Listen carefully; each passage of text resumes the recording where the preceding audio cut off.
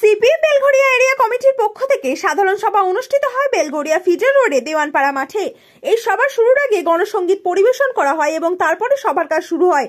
সভায় সভাপতিত্ব করেন সুব্রত চ্যাটার্জি এবং প্রধান বক্তা ছিলেন সিপিএম কেন্দ্রীয় কমিটির সদস্য প্রাক্তন সাংসদ সুজন চক্রবর্তী। বক্তব্য রাখেন সন্দেশখালীর প্রাক্তন বিধায়ক নিরাপদ সর্দার এবং সায়নদীপ মিত্র, সিপিএম পশ্চিমবঙ্গ রাজ্য কমিটির সদস্য সুভাষ মুখার্জি, সিপিএম রাজ্য কমিটির সদস্য ও সিআইটিইউ রাজ্য কমিটির সভাপতি মানস মুখার্জি, বিধানসভা কেন্দ্রের প্রাক্তন বিধায়ক এবং সিপিএম উত্তর 24 পরগনা জেলা কমিটির সম্পাদক মণ্ডলীর সদস্য ঝন্টু মজুমদার, সিপিএম উত্তর 24 পরগনা জেলা কমিটির সম্পাদক মণ্ডলী সদস্য। আগামী লোকসভা নির্বাচনে বিজেপি এবং তৃণমূলকে পরাস্ত করে সিপিএম প্রার্থীদেরকে জেতাতে হবে এবং দমদমকে পুনরুদ্ধার করতে হবে।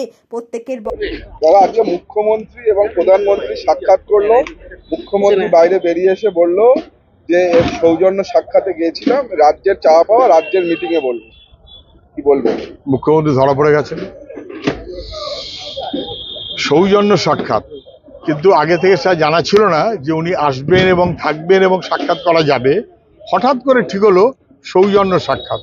একে সৌজন্য সাক্ষাৎ বলে না, একে বলে সাক্ষাতের নামে ব্যবস্থাপনার জন্য যাওয়া। উনি ব্যবস্থাপনা করতে গেছিলেন। প্রধানমন্ত্রীরও এখন জরুরি খুব, দিল্লিতে বিজেপি জিতবে না, ফলে বিজেপি বিরোধী শক্তিকে এদিক ওদিক করে দেওয়ার জন্য মমতা ব্যানার্জিকে খুব দরকার প্রধানমন্ত্রীর।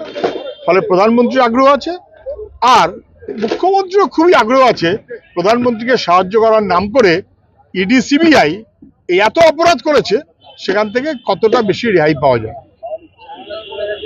কুণাল ঘোষ আজকে তৃণমূল ছেড়ে দিচ্ছে বলে ইস্তফা পত্র পাঠিয়েছেন এবং তিনি সুদীপ বন্দ্যোপাধ্যায়ের সঙ্গে রাজনীতি করতে পারবে না, সুদীপ বন্দ্যোপাধ্যায় বিজেপির লোক বলে বলেছেন। কুণাল ঘোষ তো তৃণমূলের নেতা, সম্পাদক এবং মুখপাত্র। তাকে মুখপাত্র করেছেন মুখ্যমন্ত্রী, তাকে সম্পাদক করেছেন মুখ্যমন্ত্রী। উনি কি আর মুখ্যমন্ত্রীর পরামর্শ বাদ দিয়ে কিছু করেছেন? হয় পিসি নয় ভাইপো, কারুর পরামর্শ নিয়ে উনি যা করার করেছেন।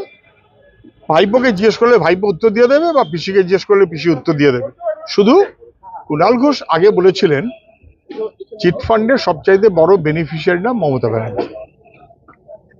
ফলে মমতা ব্যানার্জি সবচাইতে বড় বেনিফিশিয়ারি হওয়ার পরেও উনি মমতা ব্যানার্জির ভক্ত হয়েছেন। এখন আর কারোর ভক্ত হচ্ছেন কিনা খোঁজ নিন।